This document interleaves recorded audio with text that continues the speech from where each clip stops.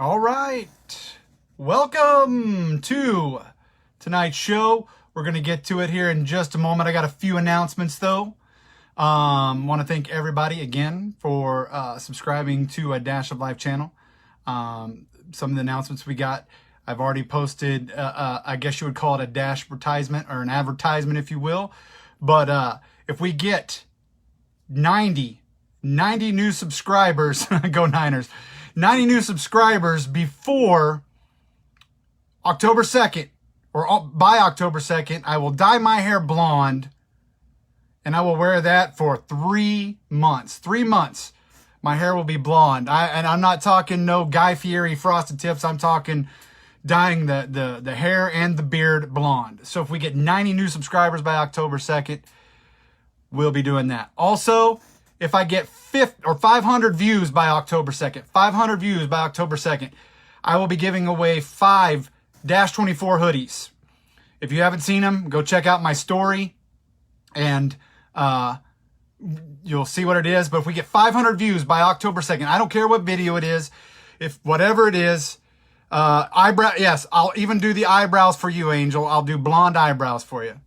So I'm going to get Eric on here. This is the Dash and Eric NFL show. It's a first. This is the first episode, so be nice to us. Be gentle. This is our first one. So make sure he's watching. And there we go. Oh, you should just have to click accept and we'll be going. So again, this is Eric, a friend of mine, Amber's husband. I'm bringing in an expert for the show because I'm more of a college guy. I'm more of college sports and things like that. But I got a professional guru coming here in just a second. So it looked like we had a little mishap there. We're going to try it again. Nope, we lost him.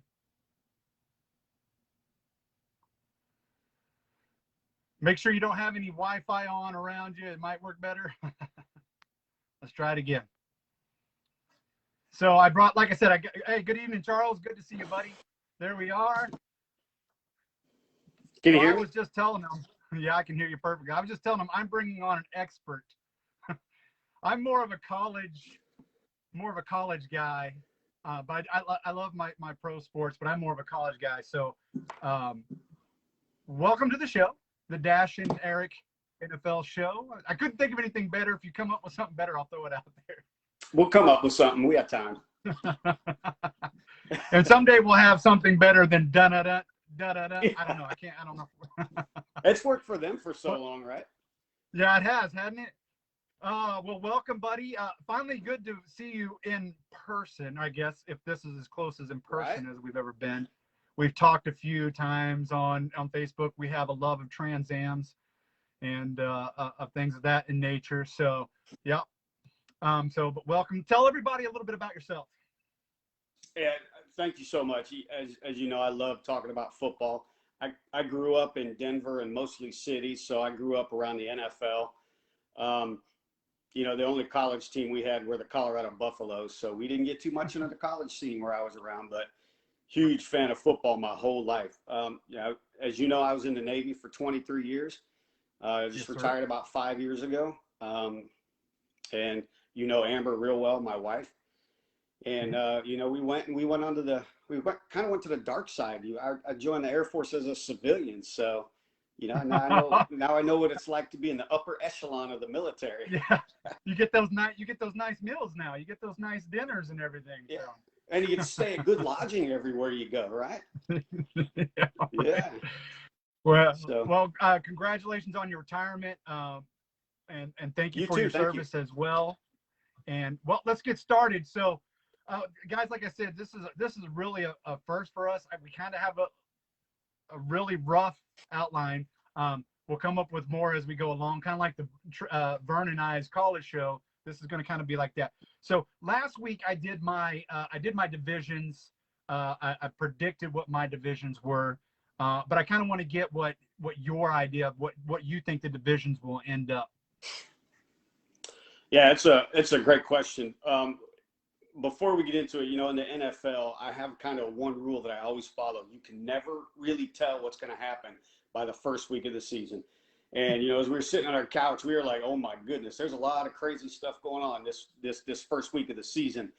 So with that being said, I think we agreed from watching your discussion. I think we agreed on most of them. I got a couple of things where we're going to have probably some more discussions down the road about, but Okay. I'll kind of jump right into it. So starting in the AFC East, I just definitely think it's the Buffalo Bills. They quite possibly could be the best team in the NFL this year. They're returning 21 starters from last year, which is really hard to do in this era of parity in the NFL. Last year they went to the championship. Josh Allen, extremely talented quarterback, and he's young. The defense is phenomenal. So, they added an extra weapon on the offensive side of the ball when they picked up Emmanuel Sanders from my beloved Saints. So I just think they're probably the best team in football. Moving on. I quite agree with you on the Buffalo stance. Yeah. I know they had a little hiccup. We'll get into that in a minute, but I agree. I think when I was listening to you same thing as me, just hands down. It's the Buffalo Bills. They're the team to beat in the East. So moving on to the North, I think this is one where we're gonna part ways, but I think it's tough. But I think the Cleveland Browns are gonna win this division. I really do. And I've heard a lot of experts. I'm not an expert, but I've heard a lot of experts saying the same thing. And there's really a couple of reasons. Well, so Kevin Stefanski, very well balanced offensive coordinator and now head coach, obviously. He just got that team to buy into his vision, a vision that's worked pretty much everywhere he's went and who he's been with. Last year they finished the season 6-2, one of the best records in football down the stretch. And then when they got into the playoffs, they beat the brakes off of the Pittsburgh Steelers in the wild card round. I think we were all surprised. It was like 28-0 with, not even the first half completed. So, and then they go into the divisional round against, of course, the Chiefs, who ended up going on to the Super Bowl. But the Browns gave the Chiefs a tougher run for their money than the Bills did in the AFC Championship game. Browns just lost 22-17. So, and then you look at what they did this year, what they really did in the offseason. They realized that their defense really needed some work. And so through draft and free agency, they brought in 9 new players on the defensive side. And I think I saw a Bleacher Report that said all 9 of these defensive players that they brought in are all projected upgrades. So probably not all starters, but now their depth has grown too. So I just look at them and I just think they're probably the most complete team in that division. I think Baltimore, obviously, they play that tough grind them football, and Lamar Jackson's super talented quarterback and can pretty much carry a team. But you need a complete team to win that division. Yeah, I agree. All right, so the South. I think you took. If I remember, you took Tennessee. Mess, dude. That's a mess of. That's a mess of a division. It's so messy. Yeah. I don't know. Yeah, I did take Tennessee. I did, and man, I'm going to stick with him right now. I am going to stick with him just because it's such a mess down there. But Texans kind of look good with Tyrod Taylor there. Looked really good. So I don't know. I'm going to stick with Tennessee for right now. What you got? The good news is I'm on your side, brother. I just think Tennessee again is overall the most complete team. Yeah. They're a defensive-minded team. They're led by a head coach, Mike Vrabel, who's defense all his life. And even though they lost some players in the offseason, I think he's going to pick that defense up just by his ability to scheme, change coverage, and confuse offenses.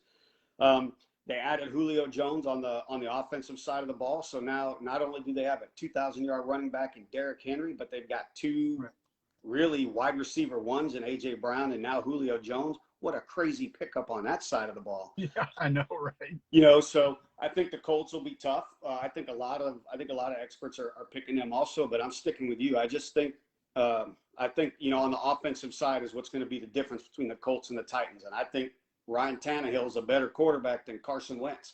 So I'm rolling with Tennessee just like you, man.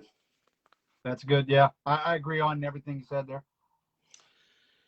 AFC West, this is probably one division I don't even really think needs a lot of consideration, in my opinion. The Kansas City Chiefs are just going to run away with it, I think. I think they'll lock it up early in the season, and they'll be having conversations about whether to bench Patrick Mahomes or, keep going with momentum. It's just my opinion. Yeah, I agree. I will say I like the Chargers. I like the Chargers a lot. And I really, and I'm there with you. I really like the Chargers. I watched them. They were great on Sunday, man, and some snafus here and there, but overall, I'm jacked and excited. And if anybody's going to give them a test for that division this year, it is going to be the Chargers. So I agree with that absolutely, 100%. Yeah, and I think a couple other comments on that later on down the line, but I just really like what they're doing there. So the NFC East, I know you're a Cowboy fan, and I know a lot of your fans are probably Cowboy fans. Listen, I grew up a Cowboy fan. They were actually my favorite team when I was a little fella. Mm-hmm. So this is a really tough call. And to me, it's down to Washington and Dallas. And the Eagles, I don't know. The Eagles look real. They look like it. Now, again, Atlanta's probably the worst. They might be the worst team in football this year, Atlanta. That's after watching a lot of games, Atlanta might be the worst team in football this year. But Philadelphia, I mean, and they built and I'm not trying to be a homer with the quarterback and everything, but man, he just looked good, and they built that package around him, and I think that was what worked for them so well. Yeah. On Sunday, and again, you're right. I hate trying to pick the winners of the Super Bowl one game, man, because anything can happen. But complete wise out of the East, Philly was first, Dallas was second. So, but that's me. But yeah, Washington looked good for a little bit, and then I just. Well, I think for now, I'm going to stick with Washington, probably just for a couple of reasons. I still am a believer that defense wins football games, especially tight ones. And they could possibly have the best defense in the NFL this year. Head coach Ron Rivera, he's a defensive guy. Everywhere he's went, his defenses have been, top 3, top 5 in the NFL. Last year, the Washington football team, with absolutely no identity whatsoever, still won the division. And their defense was ranked 3rd in DVOA, which is defensive value of over average. And that just means that, the defense itself is rated against at literally every play of every single game in every situation. And that also takes into account strength of opponents, strength, skill sets at the skill positions. And they ranked number 3. The other 2 teams were also, the first 2 were also playoff teams. So, and they're returning a big core of that defense. They got something, plus they added somebody. Clowney. They picked up Clowney this year, Jadeveon Clowney. Yeah. So, a little old, but still can crush it. Now he can still pound and he can still hit. So, I mean, it was a shock to everybody, I think, last year that Washington's defense.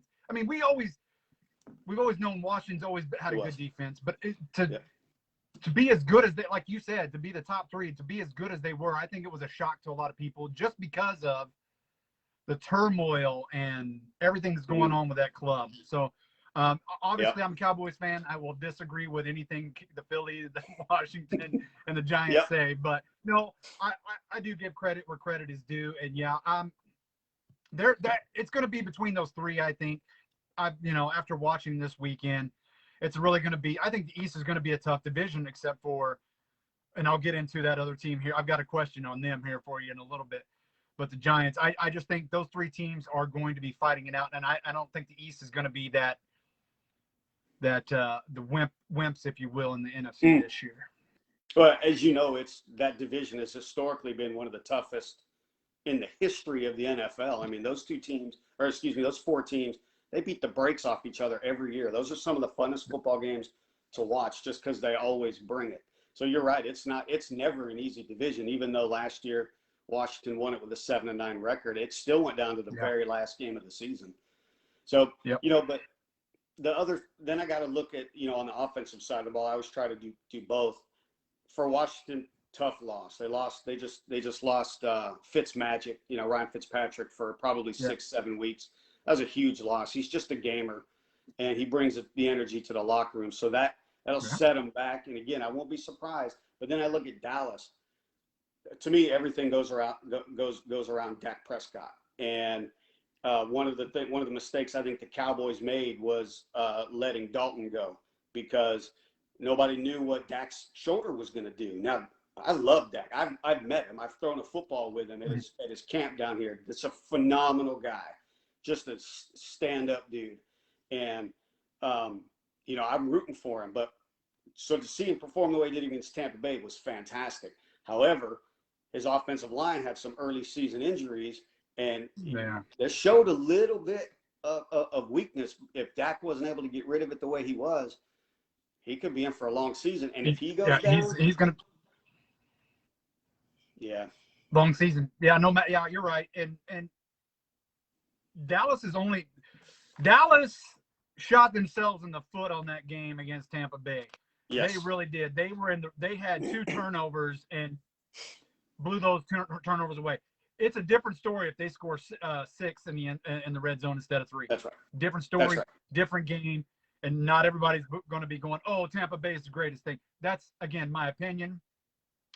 But yeah, they're just and they got to get it in the end zone. They got to get it in the end zone, in the red zone. Plain and simple. You cannot kick field goals in this league anymore. You cannot, and win a game. You cannot.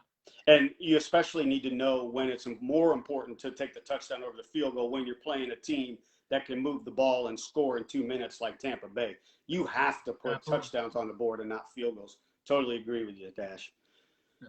But I'm rooting for Dallas. Trust me. If the Saints aren't in, I'm all Cowboys. Yeah, there you go. So moving on to the NFC North, I don't think it's really debatable. Green Bay, though, I am a little bit nervous about Aaron Rodgers. I mean, that whole fiasco. Yeah, I got another question for you on that one later down the road, or down this episode here. I'll just ask it now. Is this whole, and I'm not going to say he threw a game. I will never say anybody throws a game. I'll never say anybody's shaving any points, because I'll never have any proof. But I do think the offseason had a huge distraction on how he played this game. Yeah, I think it mentally affected him going into the start of the season, because I think he checked out during the offseason, and then the draft came, and he didn't get any upgrades that he thought he was. And I just think he thought Green Bay moved on from him, and so he mentally checked out. I'm not playing for them anymore. I'm not attending anything they do. And I kind of equate this to the first time I wanted to retire from the Navy. I had checked out, but we decided to move on and do another command, and it took me a while to motivate myself to get back going, to be a top sailor. And I think that mentally, I do think you turn that off. And so he didn't play any preseason snaps, not a single snap. So I think that carried over into the first game. Now, we've seen this before from the Packers, where they start out a season and they're 3-5, and everybody's like, "Oh, Packers are done. It's time for Aaron Rodgers to go. Time to fire the coach." And then next thing you know, they're in it to win it. So I definitely think it had an impact this game. I was in my text group with my friends at work. I had joked that I said Aaron Rodgers, he quit. The Saints beat him so bad that he had to quit, bringing in old Love into the game. And I think he probably did say, "Look, I'm done. I'm not going to do anything for this team today." Yeah, we got a statement here. My buddy Burns says Rodgers looked disinterested Sunday as they got whooped, and absolutely, after what was it? I think it was second quarter. It just looked like he just was. I mean, like I said, he just was not in that game. And somebody made a comparison today that a guy throwing the ball into the ground has a better quarterback rating than Rodgers. But yeah, man. It's that comment is super interesting, because Aaron Rodgers is a very competitive guy, and obviously he's a winner. And I always equate to like Tom Brady, those high level players that they just have that look of winning. I'm not worried about it. I'm not sweating it. They just have an aura about them that you can literally see in every game. And Aaron Rodgers is definitely one of those guys. And that comment is absolutely right. He just, from the very beginning, he just didn't look interested. He was more wanting to see what his stocks were doing. Shame. Yep. He's a solid football player. Yep. NFC South, as much as it pains me to say this, I gotta give it to Tampa Bay. Yeah. Yeah, that's just a solid football team, and what can you say? Yeah, you if you're the best, you got to beat the best, and they're the best right now. Right. So, or that's right. Chance. Okay, NFC West. This one, I literally, to me, all four of these teams could win it. I mean, I've seen some reporting just before week one, and then even in the past couple of days, that this division alone could see 3 teams make the playoffs this year in this new kind of playoff format. So who do you go with? My initial pick, I would really like to say the Cardinals. I would like to think that Kyla Murray is very talented, as you well know, and he's in an offense that can't. Cliff Kingsbury likes to use his quarterbacks to the best of their ability. He has a good offensive mind, but the Cardinals, they just have something about them where they've just never been able to put it all together. They have streaks, but come the end of the year, they're fighting for a wild card or something. And, so I don't know if they're going to have it all together this year. I will say that one stat that I saw this weekend that really impressed me was Kyler Murray only rushed for 20 yards. And what's that tell you? He put it on his shoulder. Shocking. But that means the offense was doing their job for him and letting him throw that ball. That's exactly what that meant. That's right. And he had 5 touchdowns against the Tennessee defense that we were just talking about earlier. That's supposed to be pretty decent this year.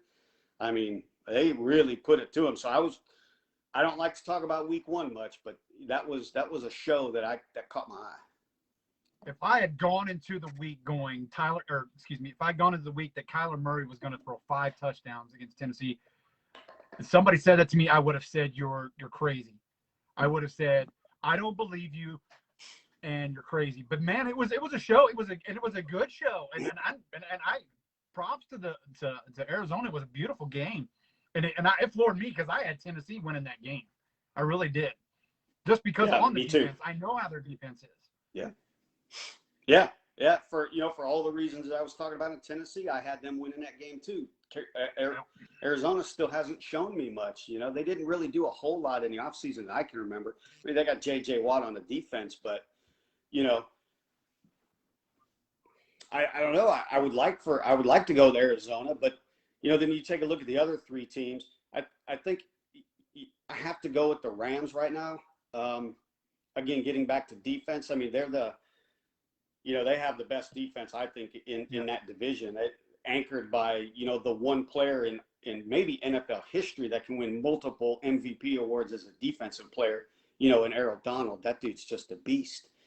So I think Matthew Stafford is an upgrade from Jared Goff. And absolutely. I think, and I think Coach McVay is. I think he's a smart offensive coach, though I do think the NFL has kind of caught up to him. I think defenses has kind of caught up to some of the things he was doing, and that's probably why they took a little step back. But defense. Is he on the hot seat? Is McVay on the hot seat this year if he doesn't win with this team? If he doesn't win the Super Bowl, or no, if he doesn't win, well, I don't like to say Super Bowl because getting anybody winning the Super Bowl is hard. Yeah. Is he on the hot seat if he doesn't get back to the playoff pick in the playoff and the run that he had and loses with this team that he has? I don't think so because he's super young, already shown success, shown an ability to bring players into a locker room and get them to win. Jalen Ramsey, trading for him was huge last year, and he was a problem in the locker room in Jacksonville. But Mm-hmm. Coach McVay brought him in and, was like, I like this kid's talent on the football field. And Jalen Ramsey performed for him, And so you don't hear anything about Jalen Ramsey now either. So I don't think he's on the hot seat. If they go below 500 this year without injuries, we may be having a different conversation. He may be on a shorter leash than maybe we're thinking now. Just my thought.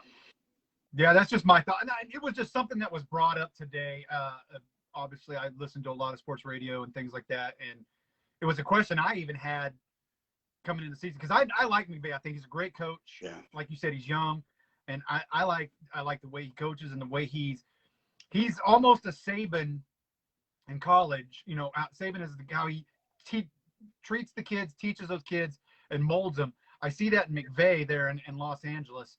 And I was just curious because somebody else brought it up, and I was like, man, that's a good question because he's last year he didn't seem to have that team that run that we and I get COVID and the pandemic had a little bit to play with it. So it was a question I wanted to throw out there to you. So yeah, good answer. I agree with you. I don't think he's on it, but always have to ask those hard questions. Well, and I think one of the things about him, he's a talent evaluator, and I think that's a rare talent in the NFL. You look at teams like the Patriots.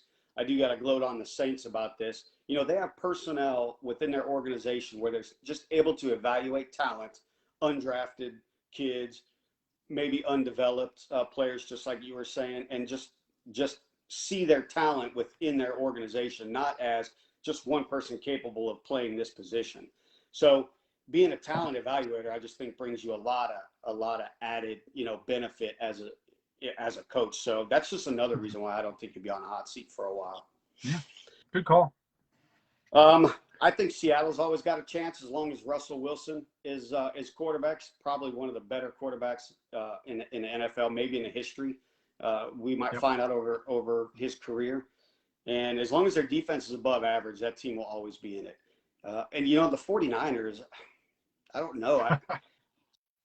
They lost players. Go ahead. No, this was the toughest division out of all of them that I had to come down with something. And the Niners, I just felt I thought their defense, and they had a pretty stifling defense this week. Yeah. They did let the Lions back in a little bit. But that was what my overall judgment was for the 49ers winning that division was their defense. But I know the Rams got and but that is the toughest division this year, I think.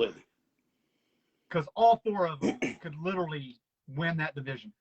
Yeah, I mean, we both could find ourselves wrong come the end of the season. I'm giving the edge to the Rams. You're giving the edge to the Niners, but the Cardinals, Seahawks, either one of those teams, you're absolutely right, could win. Yeah. So it was so tough. When I was breaking that down, I was just like, I was telling my wife, I was like, I don't know how to break this division down. It's just so hard, and it is one that you're just going to be like, and I'm saying this now at the beginning of the season, it was tough. So I wanted one of these teams. One of these teams could win, and I'm saying it right here, right now. It was just tough to pick, and I went with my gut on this one. So yeah. I agree with you. Absolutely. All right. Well, that was a good. I think I can see us talking some more down the road on some of our picks because I'm probably going to eat my words on some of them. Yeah, me too. But it was that was great. So players to watch. I'm going to give my three, and then I want to hear what your three are. And you already mentioned one after I watched him, and that's Kyla Murray. He is a player this whole season. This is going to be his – I know it's not his sophomore year. It's his junior year, I guess, if you will.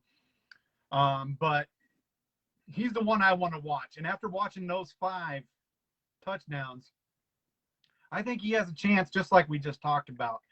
My other players to watch, and the only reason I bring in the only reason I bring in Dak is because of the injury. I want to see, and he looked really good against Tampa Bay, looked outstanding against Tampa Bay, just had some, like I said, some issues there on how he was going to finish that game. And I mean, he's smart. Never in my life as a Dallas Cowboy fan did I think that they would throw the ball 60 times. Right. Never in my life. Yes, it was 58. I believe it was 58 passes. With a quarterback coming off a shoulder injury. Coming off a shoulder injury and a broken leg. So yeah, 50. Never in my life did I ever think Dallas would throw the ball that much. But I do know that I want to watch to see how that shoulder and that leg, and that's the only reason he's a player to watch. I know he's great throughout the rest of the seasons, but he's one I want to watch. And my other one is my player to watch is Trevor Lawrence.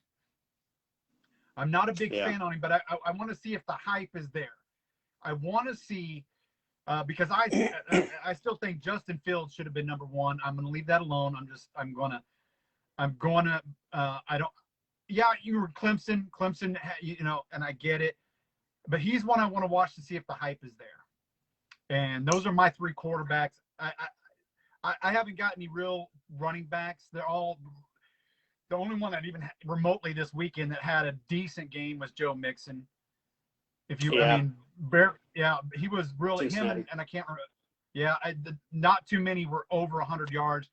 And I don't, the defenses are stifling this year, or they're, so I'll have my running backs, and again, like I said, Dallas threw the ball 58 times, so Zeke didn't get the ball. So that's my three to watch. What's your three to watch? Well, so I got to ask you a question first on your three. Okay. I know you're a big college guy. Urban Meyer. Now, the reason why I bring this up is because, you got Trevor Lawrence, and Urban Meyer was brought into Jacksonville. And, of course, Jacksonville drafted Trevor Lawrence with the number one pick. Do you think Urban Meyer will be successful with or without Trevor Lawrence? Or do you think he'll be successful, but only because Trevor Lawrence would be successful? In other words, would carry him? That is a very good question. Very good question. I think this is my honest opinion. I don't think Urban Meyer is an NFL coach. I think Jacksonville will be more successful without Urban Meyer. That's Dash's opinion. That's just I think Trevor Lawrence, if given the proper time to throw and the proper offensive line, he could probably bring Jacksonville back to prominence. I'm not saying Super Bowl. I'm not saying he's going to be another Peyton Manning or Tom Brady or things like that. He's good enough to where he can keep them in a prominent. At least that's my opinion. But I like Urban Meyer. I'm not bagging on him because I dislike him. I'm bagging on him because I just don't think he's an NFL coach. He was great in the pros, great in college. I just don't know. And again, that's not fair for me to say one game in. But I think a lot of people said the same thing about Saban, and he couldn't coach a lick in the pros. Yeah. There's some pro coaches, and there's some not. Yeah. There's some college coaches, and there's some not. Yeah. I saw college coaches. Yeah. I saw pros come down to college and just do crappy. Harbaugh was great in the pros. Good point.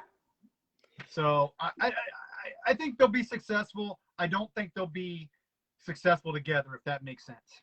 Yeah, perfectly. So I agree with you. I don't think Saban is a professional coach, and I think he's already made a college coaching mistake. Not to take anything away from college, but I don't think he should have started Trevor Lawrence over Gardner Minshew, because you said it yourself, that offensive line is atrocious. So by turning it over to Trevor Lawrence, he doesn't have to win right away. Everybody knew Jacksonville was going to be a terrible football team this year, whether Trevor was starting or not. So Nick Saban lost a huge opportunity to develop a young guy and give another quarterback who's actually pretty tough. Gardner Minshew can actually take some hits. And let him get beat up. Yeah. He can You know, stick let it to him him. He get can beat stick up. it to some of those defensive players when they're running Absolutely. down. Yeah. And you know, instead, you're messing with Trevor Lawrence's confidence, and you know he's used to winning. I don't think the kid has really ever lost. Urban Meyer's used to winning. He's not really used to losing, you know. And they're just in for a rude awakening if he doesn't get somebody to make, if Urban doesn't get somebody to make decisions above him. That's just my opinion too.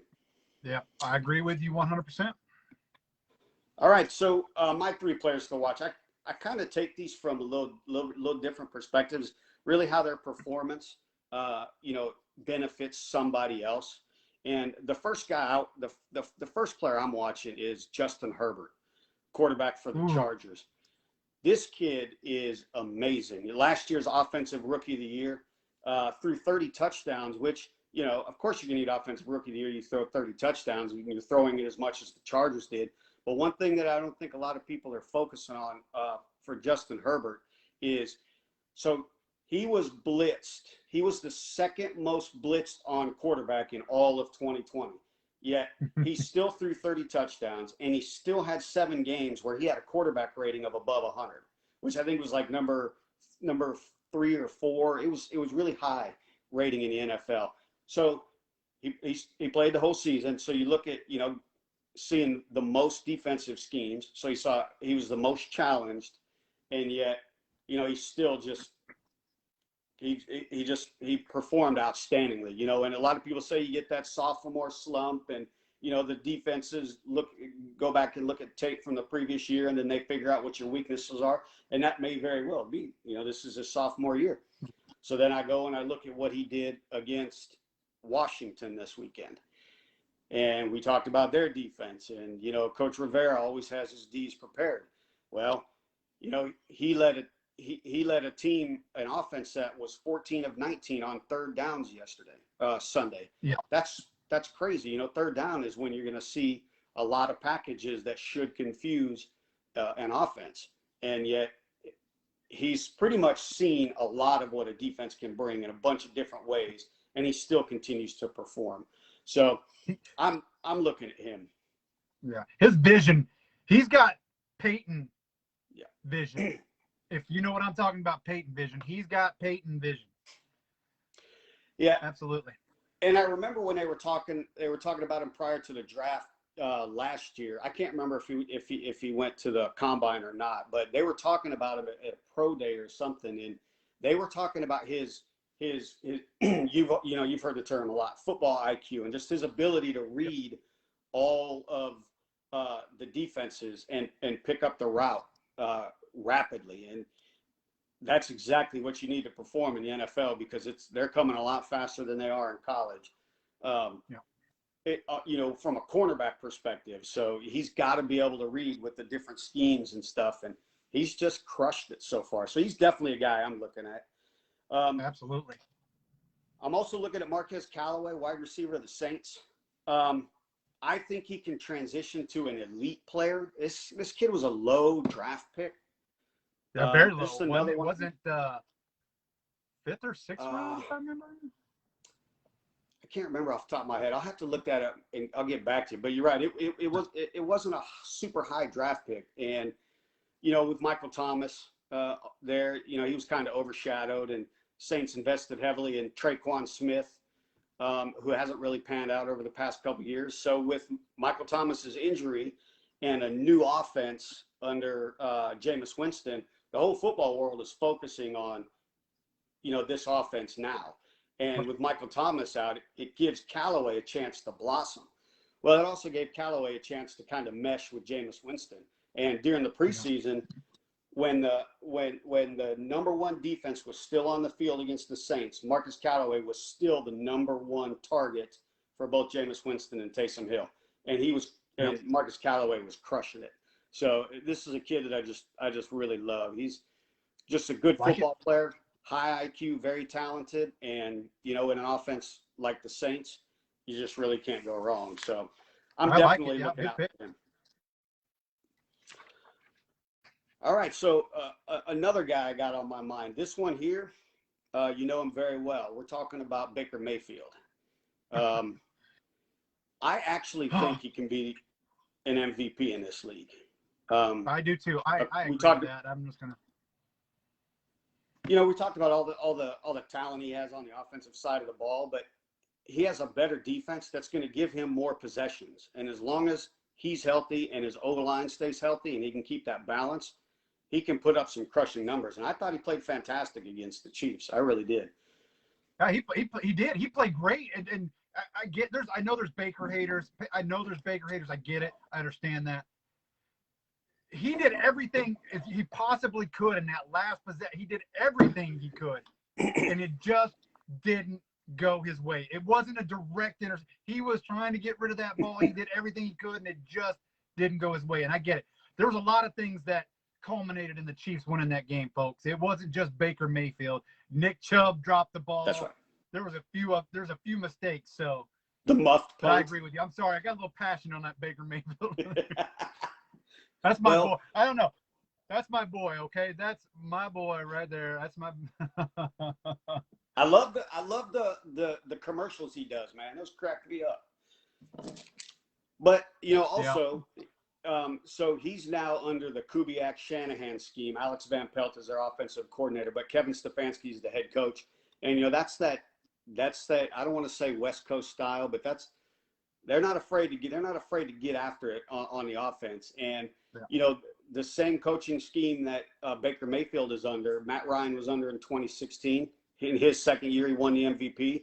Aaron Rodgers in 2020, he was under the second year of that scheme. And so he's won. Both of those quarterbacks have won the MVP. So Baker under their tutelage with their scheme, a balanced offense, a defense that's going to give him more opportunities, he could clearly become the MVP this year. That's absolutely. Those are the three players that I'm looking at this year. Great picks. We're gonna pass on fantasy this week because I want to get. I'm not a big. I don't want to say fan. I don't know it enough, and I want to get some more before we get into it. So maybe we can. I mean, I don't think a whole lot of people want to get fantasy stats right now. They've already whatever they've done. But I want to promise the audience and everything. We'll get to fantasy. I just want to learn more. I don't want to sound ignorant on fantasy stats. I played fantasy football once in my entire life. So we'll get to that. So I'm going to work more on that. I'll give you some of my notes and stuff when I get for our next show we do together. So I'll have that ready for you. So up next we got, and I think you kind of gave me one of them, but and you mentioned it at the beginning of the show. And even I do this. I despise predicting who's going to be a Super Bowl winner and who's going to be an MVP. I don't mind saying they look like MVPs, but right now, let's just go with it. What is your way too early Week 1 Super Bowl predictions? I hate this. I gotta go Tampa Bay over Buffalo, unfortunately. Okay. And you and I are on the same page then. That why I was sitting there and Vern, you said it earlier. I got it. I know Pittsburgh. That was a tale of two halves right there. Buffalo shot themselves in the foot in that, and I get it. Pittsburgh's got a wonderful defense. I understand that. But Buffalo is the best team by far, I think, in the AFC, and I'm just going to leave that at that. And I think you're right. I think at the end of the season, in the way too early Super Bowl predictions, I'm right there with you. Tampa Bay and Buffalo. That was my pick before I even decided that you and I were going to talk about this show. So, all right, your MVP was or one of yours that you think might be Baker. Do you have a way too early MVP as well? So I do have a way too early MVP. I got to give that nod to Josh Allen right now. That kid's phenomenal. Just getting better every year. He's got the whole team. We got the whole package around him. But one thing that I'm a big stats guy, and I always look at the intangibles also. So, how does this player stack up against the best of the best? Well, in 2020, Josh Allen was 6-0 against top 10 defenses. So, to me, that means something because a top 10 defense, they're coming at you with everything they have. They got the best players in the world on those defenses. and they're already looking at you to crush you. And, you know, Josh Allen finished with a 6-0 record. So I just think he's set up right now for success in that respect. Yeah. My way too early, and I went opposite coast. I'm going with Russell Wilson. Ooh. Because, like we just talked about a few minutes ago, that division is just so hard, and I think he's going if they win that division, like I said, with those 4 teams in there, if they win that division and they get into playoffs, he's got the. I mean, in my opinion, he wins the MVP. He's been in the race a few times, but I'm Russell Wilson's my way too early, and obviously sometimes, as you can see from some of my college picks, they go wrong. I hope I didn't jinx you, Russell. I really hope I didn't jinx you. But I've always liked him as a quarterback. His, like we talk about, the IQ. The football IQ is with that kid, and I think he's got a chance to win it this year. You know, and he Awesome just has pick. a winning pedigree, right? He just knows how to take command of a situation when things aren't going well. And then you're absolutely right. You look at that division, you're not winning the MVP if you're not a winning team. And if you win that division, that means you have to win the divisional record too, because it could easily come down to a tiebreaker, which means you have to beat potentially 3 of the top 10 to 12 football teams in the entire NFL. And if you can do that, you're going to have to put up, you know, gaudy numbers that usually win MVP. So I think it's a fantastic pick just because of the dynamic of the division and what he's going to have to overcome to get there. I was, and because I'm trying to be as unbiased in this show as it is, and I really wanted to go with Dak just because of the numbers that he put up against Tampa Bay, but with a lot of issues there, I'm sticking with Russell. That's my pick. All right, we're gonna move on. I got a couple of questions for you before we get to bold prediction time. Okay. Do we owe Jameis Winston? And I say, and when I mean we, I mean the country. Do we as a country owe Jameis Winston an apology after his performance on Sunday? No, absolutely not. No. Well, I guess let me ask, an apology meaning we didn't think he was good enough to lead the Saints offense post Drew Brees? Yes. No, we don't. And the easy reason is because Sean Payton himself had announced they were going to do a quarterback competition between Jameis Winston, you know, 5,000-yard passer, 30-plus touchdown, former first, you know, #1 pick. He was in a quarterback competition with, you know, a 30-plus-year-old journeyman-style quarterback that, you know, plays the slash role. So no, I don't think we owe Jameis an apology at all. And plus, you know, being a Saints fan and reading the forums, that kind of stuff motivated him. You know, he wanted to learn from Drew Brees. He did everything the absolute right way because he knew that we were all having these kinds of conversations about, can he lead an all-star offense? Can he do this? So I will say, I also don't think, and I'm a huge Saints fan, and you know I got a good friend at work that's a Saints fan with me, so I hope he doesn't blow me up. I will say I'm not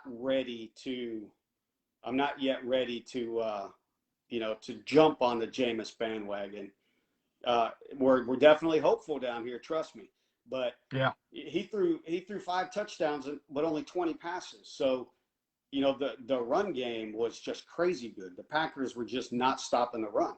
And what does that do? That sets up the pass, you know? Yeah. And Jameis Winston he hit all his marks, great passes, you know, but I'm not sold on him yet. He does bring one thing back to New Orleans that hasn't been there for a while, and that's the deep ball. Totally.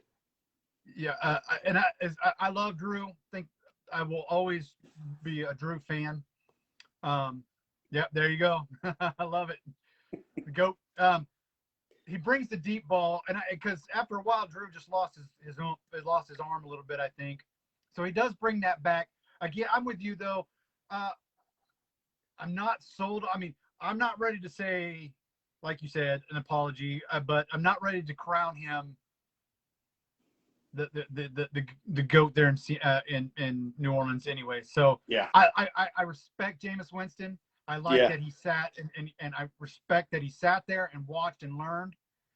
The whole Taysom Hill thing last year when everybody thought that Jameis should have been on there, but they put I respect him because he didn't complain. He didn't throw a fit. He sat back. And that, ladies and gentlemen, audience, if you're watching, is what a real player should do. Yeah, it reminds me of Jalen Hurts when he was with Alabama and was like, I'm going to do what this team needs. I'm going to be here for my quarterbacks while I'm on the sidelines. Completely agree. Stand-up guy for sure, and I think he handled it all the right way. Agreed. All right, my next question before bowl prediction. First of all, this team is a dumpster fire, and they might be second worst to Atlanta Falcons, and this is the New York Giants. And why in the world is Jason Garrett still their offensive coordinator? Why coming from a Cowboys fan, why in the world, Giants, do you still have Jason Garrett as your offensive coordinator? Yeah, I'm not going to lie. That's a surprise to me too. I mean, they have they have some talent on the offensive side of the ball, but then you bring in, to me, Jason Garrett's not a go-getter. He's not a barn burner. He tries to play to his talents, but I'm thinking, you got Saquon Barkley. I would run that kid like Seabiscuit. You got Saquon Barkley, and he averaged 3 yards per carry during that game. If I got Saquon Barkley, he's going to average 7 to 8. Right. You set it up around my mindset. Yeah, exactly. I mean, teams that run the ball are successful in passing regardless of who your quarterback is. So you get you some power offensive line and you set up some schemes, zone blocking is a huge, Saquon, like Todd Gurley, when he was with the Rams, everybody thought he was the best thing since Betty White, which, we all know came before sliced bread. And then I went and I watched some football guy talking about how, Gurley was great, but the zone blocking scheme that was set up for him left holes that, us young guys could run through, and average the 7 or 8 yards that you really want, right? You got to set them up for success. And I'm with you, man. That's a great question. And, being in New York, I can't imagine he's going to last as long as he did in Dallas because the New York media out there is ruthless. Yeah. All right. Good call. Good call. Well, this is kind of the stuff that we're going to have, folks. When you're watching, we're going to have some questions like this. I'm just trying to build up something and being the first episode, I think we're doing pretty good. So, all right, your bold prediction for the 2021 NFL season. So I might have kind of already given it away. My bold prediction really is that Josh Allen is going to win the MVP, but I don't really consider that bold. What I consider bold is that second place is going to be Baker Mayfield. And if you're not in the know in the NFL and you're just kind of a cursory fan, you may think, oh yeah, that's why is that bold? It's 2 quarterbacks winning it. That's what always happens. But I don't hear anybody putting Baker Mayfield in the conversation for MVP finalists, right? I was just on NFL.com today, and they were talking about the 5 right now in the running, the way too early running or whatever. And of course, they've got Tom Brady. And they've got Dak Prescott, but it's all based on their week 1 performance, which is totally legit. And based off of that, they've got Kyla Murray in there. Again, stand-up performance. If you're going to do that throughout the year, absolutely. But I think Josh Allen and Baker Mayfield are going to be duking it out all year in the AFC for MVP. And then, ultimately those 2 teams are going to be duking it out to represent the AFC. Which, as you know, my way too early prediction is that Buffalo will edge out the Browns. Yeah. So we got from Vern. He thinks Dak Prescott will win. Baker's a good second lock. I mean, the only way Dak Prescott wins MVP is if they win more than 2 playoff games. Well, I mean, if I'm a Dallas, Vern, I'm a Dallas Cowboy fan, but the only way Dak wins the MVP is if they win 2 playoff games. That's my prediction. That's not my bold prediction. In this era of professional football, MVP players, they're the guys that win MVP, they're not winning MVP unless their team finishes first or second in a conference, and gets that first bye week. This year being a new playoff format, only one team gets that first bye week. So, are they going to be hard if Dallas doesn't get that first bye week? Does Dak then get overlooked? The one thing I will say in favor of Dak is I don't see a whole lot of other players in the NFC that could be in the running for that MVP spot. Now I know we're talking about NFL MVP, but Tom Brady's he's going to be in a conversation most of the year. Aaron Rodgers may or may not be. I don't know, but Russell Wilson, just like you said, absolutely could be in there. But other than that, you pretty much only have 4 guys that you're going to be talking about on the NFC side of the ball, and all year long, there's not going to be any new names brought up. Yep. All right, my bold prediction: Urban Meyer's one and done, goes back to college. That's my bold prediction. Urban Meyer is one and done. He's going to realize that he is not the professional coach. He's going to head out to USC. No, I don't know where he is. I kid. But that was my prediction a couple weeks ago. I knew when he started making those mistakes, making college mistakes at the pro level, like you said, you brought it up. I agree with you 100%. Minshew should have been starting. The only other quarterback I ever remember that there may be more, and forgive me if I forget. The only other team I remember doing that was Dallas with Troy Aikman. Putting him in right off the bat. Maybe Kyla Murray. Yeah. But Kyla Murray's a different story. Yeah, Peyton Manning was thrown in there right away, and he threw an ungodly amount of picks that year. Yeah. So. Yeah, you're right. But I totally agree. To me, Urban Meyer is not, and the decisions that he's made already are, and it's not just the Gardner Minshew. I don't know why he felt he needed to sign Tim Tebow. I'm a huge Tebow fan. I got a Broncos jersey in my closet right now. I love Tim Tebow, but I don't know. To me, it's all about winning the Super Bowl. In the NFL, and you got to put the best 53 players on the field. And he cut him. I heard Mike Golick say, he cut him at the right time, but why even make the decision to bring him on? Why even bring him on? I felt like it was a stunt. I don't know if it was a stunt or not. Exactly. To me, it felt like a stunt. And there's going to be people that like Tim Tebow, and there's going to be people that dislike Tim Tebow, and all you did was fuel Tim Tebow haters. Yep. And I don't know if he deserved that or not. Well, and you didn't give yourself. I'm sorry. Go ahead. Go ahead. No, I was just going to say Urban didn't give himself he didn't add any credibility to his portfolio by bringing him on, even if he knew he was going to cut him. It was essentially like a bro favor, and fans see right through that. Yeah. Vern says Dak Prescott has been on track. So yes, I agree. Last year, had he stayed healthy, would have probably been Dak's MVP year. Yeah. Yeah, he was putting up and I don't want to say that Dak, but just like we said, I believe Dak will be in the conversation the entire year in the NFC MVP race. But I just know the voters. I know the voters. I know how they vote. And they're as much as we love to say, you and I, Vern, love to say that Dallas is America's team. Some of these writers, some of these people disagree with us. Yeah. And that's why I think that's what has everything going against Dak. If they win a couple of playoffs, this is again Dash's opinion. I'm just like I said the other night, I sit in my room with Pops behind me trying to talk about football. Dash's opinion, if they win 2 playoff games, then I think they give it to Dak. All right, we got the Dash drill. You're on the clock.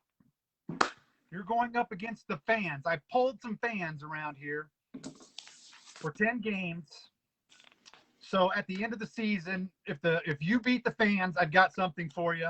If the fans beat you, I got something for them. Okay. So at the end of the season, if you have the better record, I got something awesome for you. All right. Cool. So we got the first game up, the New York Giants against the Washington Football Club, the team with no name right now. Who is your pick for that game? I'm going with Washington. Okay. You and the fans have split that one, so that's all right. Oh, so they're taking New York? The fans did. The fans that I pulled took New York. I don't know why after what we just talked. No, I get it. We got 49ers at the Eagles.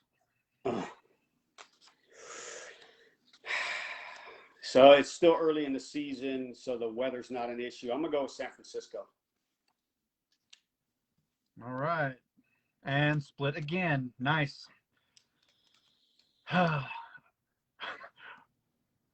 Browns at the Texans. Cleveland. Yeah. The fans picked the Texans. Some of these fans that I talked to were just watching one game, so I just want you to know that. Okay. I will be polling different fans each weekend or each show that we do.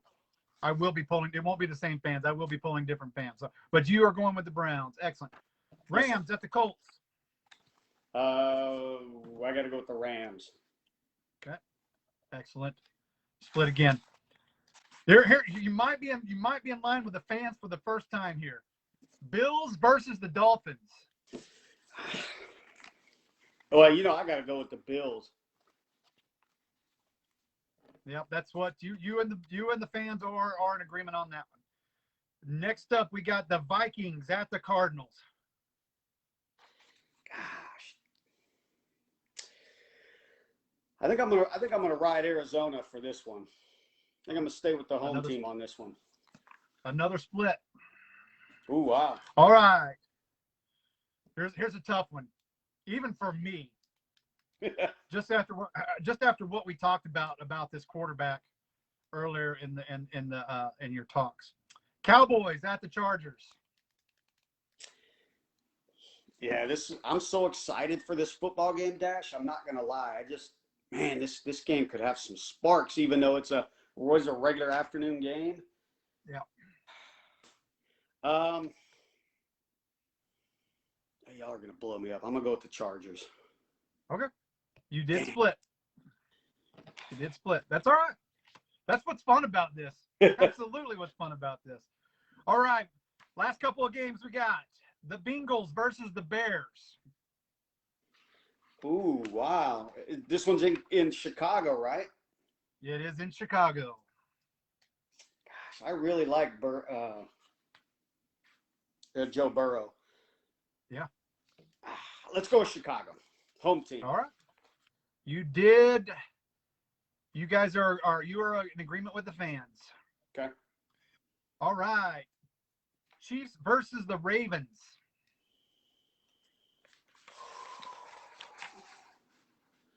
And man, Dash, you picked some tough ones. I know. Uh, Got to make it hard week one. Got to make it hard or week first episode. I'm going to have to go with Kansas City. You are with the fans as well on that one. And last but not least, Monday Night Football game. Lions at the Packers. Yeah, it's prime time, Lambeau Field. You got to give the edge to the Packers, especially after what happened. I don't think he has another game like that. I could be wrong. No, I totally don't think agree. he has. Yeah, that's exactly why. I think the Lions can't beat them, but I think you're totally right. What happened this weekend, matter of fact, they may beat the brakes off the Lions. Yeah. I feel like a big rebound game.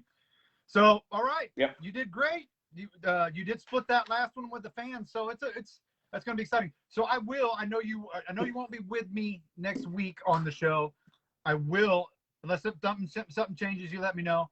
But I will give the announcement of what the record is, and then on the next one we'll do the same thing. and things like that. We'll go from there. I'm not hating on the Texans, buddy. Clay, I'm not hating on the Texans. I know they're a better team. Like I said, Tyrod looked great. It shocked me. I think a lot of, again, everything for me has to deal with turmoil and drama. And Houston's been through drama, not just with the quarterback. I'm not gonna Deshaun Watson. I'm not gonna, I don't know if there's anything, but there's drama going on there, and there's been drama with players before. So I'm not hating on them, but I am a Cowboys fan, so I got to pick on Houston, just like I'm a Sooners fan, and I got to pick on Texas. Right. So we're gonna move to your final thoughts. What's your final thoughts for the show of the NFL season? What do you got? So again, thank you so much. This is just awesome. I love doing this with you, Dash. I really appreciate it. Yeah. I just have 3 quick thoughts on the NFL season this year, since we're talking about it. These are some of the things that I'm going to be looking out for as we kind of talk through the season. I'm looking at the contenders versus the pretenders. We've been talking a lot about the Bills and the Browns. Are they going to be contenders at the end of the year? These are teams that need to learn how to win and need to deal with, loss when it happens, but also put it together like teams like the Patriots historically have done. So I'm looking for the contenders versus the pretenders. Another thing I'm looking at is which rookie quarterback is going to have the greatest input. We both agree Trevor Lawrence is not on that road. I've heard a lot of talk about Mac Jones just being a stud up there in New England and just already having that mindset. So I'm looking at, in this era, the kids coming out of college they're just starting right away. So that's one thing I'm looking at, is which rookie quarterback is going to make the most impact. And then we already talked about it, and it's your bold prediction, but I'm actually interested in how Urban Meyer is if he's going to be successful this year. I think that's a huge NFL storyline. And college, just like you said, college coaches don't have a great track record. So in the NFL, so those are the 3 things I'm looking at. Right. Awesome. Well, guys, I'm going to give you my 4th quarter, and then we're going to sign it off here. This is my 4th quarter. This is some of my thoughts. Browns fans, don't get down. For the past 17 years, the Browns have started 0-1. So don't get down. Stick with them. Right. Stick with them. There's lots of good teams. There's lots of good football still at the plate. It's 1 game into the season. Don't hate on the team. They start 0-1 for 17 years. It's still a lot of time and a lot of football left. Dallas, put 6 on the board instead of 3. Okay. Yep. Dallas fans, if they're gonna make the Super Bowl, they got to put 6 instead of 3. That's just plain and simple. If you're gonna have a success, and this goes for any football team out there, if you're gonna win, you got to put 6 and not 3 in this league.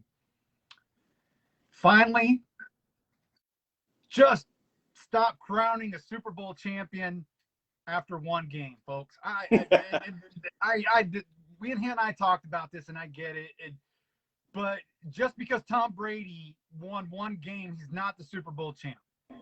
Just because, this team looked good, they're not the Super Bowl champs. There are 17 games, folks, plus playoff games.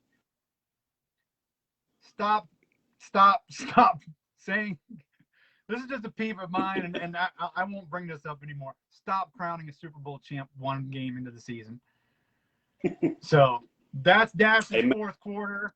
I'm glad you guys came out tonight and watched. Welcome, Eric, to the show. Again, a pleasure, and finally glad to get to meet you in person, and we'll get to talk some more. I think the show went great. Give me your notes. Some of the things that you noticed throughout the show, and we'll get together and we'll tweak it as we go along. Hey, just one final comment. I just wanted you to know the VA discussion that you had. I think it was with Ross. That was good. That was good stuff, man. Yeah, that was good. I want to get him on for. Yeah, I want to get him on for another one. That was like I said, I learned more in 45 minutes talking to Ross than I did the entire 20+ years that I was in the military. Well, so that was some good stuff.